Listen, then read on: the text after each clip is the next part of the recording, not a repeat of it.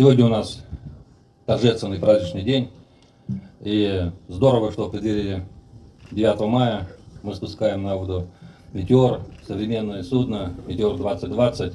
Особенно важно, что этот «Метеор» носит имя Героя Советского Союза Михаила Девитаева.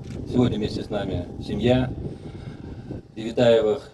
Хочу сказать большое спасибо за то, что заводчане успели в такие короткие сроки построить «Метеор». Аккуратно вернусь я без полна, но хватит для битвы огня. Рад приветствовать вас в этот предпраздничный апрельский день. В преддверии 1 мая, 9 мая разрешите поздравить вас со всеми предстоящими праздниками.